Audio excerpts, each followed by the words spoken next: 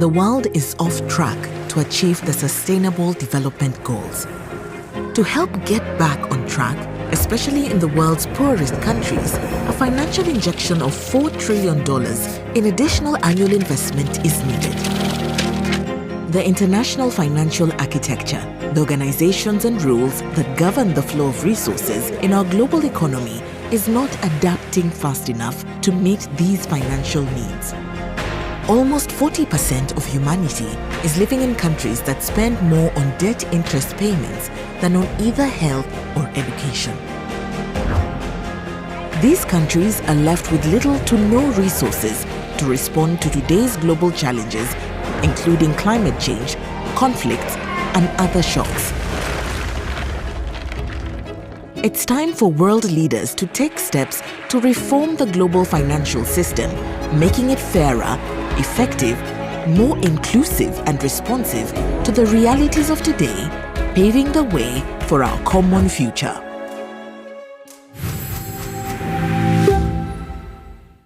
International challenges are moving faster than our ability to solve them. We see out-of-control geopolitical divisions and runaway conflicts, not least in Ukraine, Gaza, Sudan and beyond. Runaway climate change, runaway inequalities and debt, runaway development of new technologies like artificial intelligence without guidance or guardrails. And our institutions simply can't keep up. Crises are interacting and feeding off each other. For example, as digital technologies spread climate disinformation that deepens distrust and fuels polarization. Global institutions and frameworks are today totally inadequate to deal with these complex and even existential challenges. And it's no great surprise. Those institutions were born in a bygone era for a bygone world. So many of the challenges that we face today were not on the radar 80 years ago when our multilateral institutions were born. Our founders understood that times would change.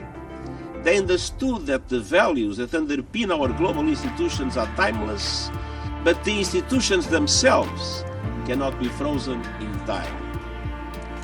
The architecture of global problem solving was never meant to be preserved in amber. The peace builders of the 40s could not have predicted the changes that have swept over humanity over the past 8 decades.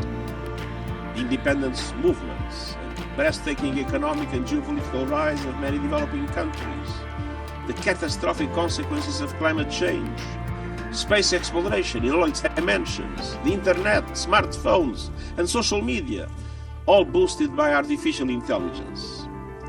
Like our founders, we cannot know precisely what the future holds, but we don't need a crystal ball to see that 21st century challenges require problem-solving mechanisms that are more effective, networked, and inclusive. That serious power imbalances in global institutions must be adjusted and updated, and that our institutions must draw on the expertise and representation of all of humanity. Change will not happen overnight, but it can start today. Generative AI reports that the UN Global Compact has launched. Can you tell me why businesses are excited and what's really at stake here? I'm really excited about the report that we've just launched on generative AI technology for the Global Compact. There's 3 key messages that come out of it. Gen AI can act, first of all, as a data miner, of course, taking large data sets, crunching that data, analyzing it and giving us something to work with. Second, as a insight navigator. Once the data has been crunched, what are the insights that you can draw? And that is really important for decision support, especially the large data sets we work with. And then finally, as a knowledge amplifier. Once we have these insights, what do we carve out customized messages for specific industries, for specific issues, and content that we can then amplify through tech and AI. So 3 great ways to work Gen AI, for the advantage of businesses.